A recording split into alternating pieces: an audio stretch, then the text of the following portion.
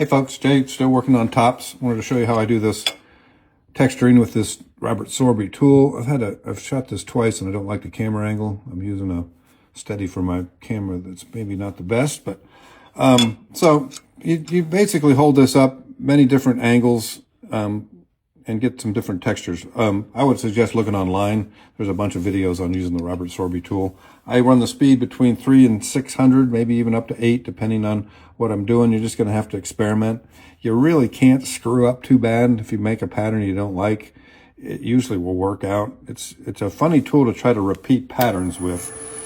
So I'm going to go in straight in to this little curve and do a straight in pattern. I'm going to come back. My speed right now is 440. I want to drop down to 300. I'm going to try to get a spiral going here, which I don't always succeed with. It's kind of an interesting thing to do it. This is not going to be a complete spiral. This is going to be a little bit different. And that's not a spiral at all. Those are just nice marks. That'll work. So, I'll try a spiral in the back maybe. I don't know what I'm going to do now. I'm dragging the tool along. You can also just go in with the edge and do some markings with that. Whatever you do, it's all cool. You can't really go wrong. So I'm going to mark the back a little bit. All right, now I'm going to come back in with a point tool just to highlight those textures. And for that, I'm going to speed it up and try to come in straight on so it doesn't tend to run on you.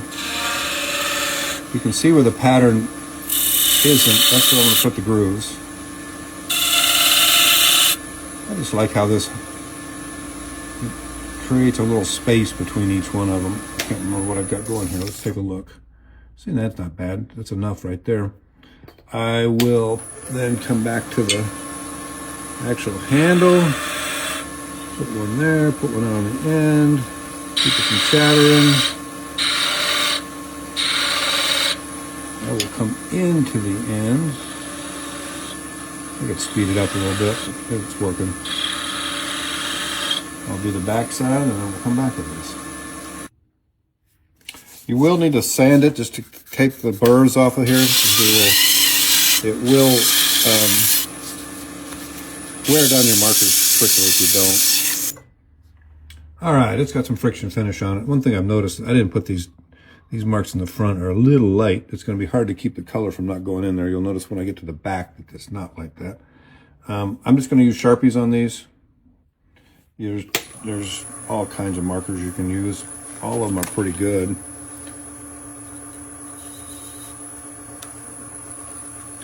I'm looking for contrast. You can also leave some natural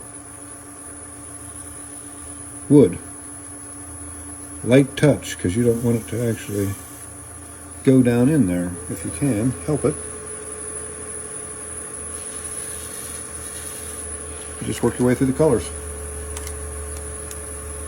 When I do these demos, I have people pick the colors, which is great fun. When my wife's in here, she tells me what colors to use, because she's better at this than I am.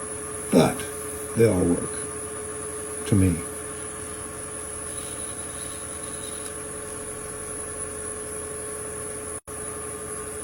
You can come in and highlight some with black. You can do anything. That's part of the reason I put those grooves in there, is it holds that color. Makes for a nice break between the two. I decided I needed to blend this a little more. It's a nice look. And if you just rub over it with a lighter color, you can give it a little sunburst action. You can spend way too much time doing this. All right, now we're going to take the 1/4-inch gouge and part the tip of it off. Back up to 2,000 RPM. You just work your way down slow. This part is the handle for the next top.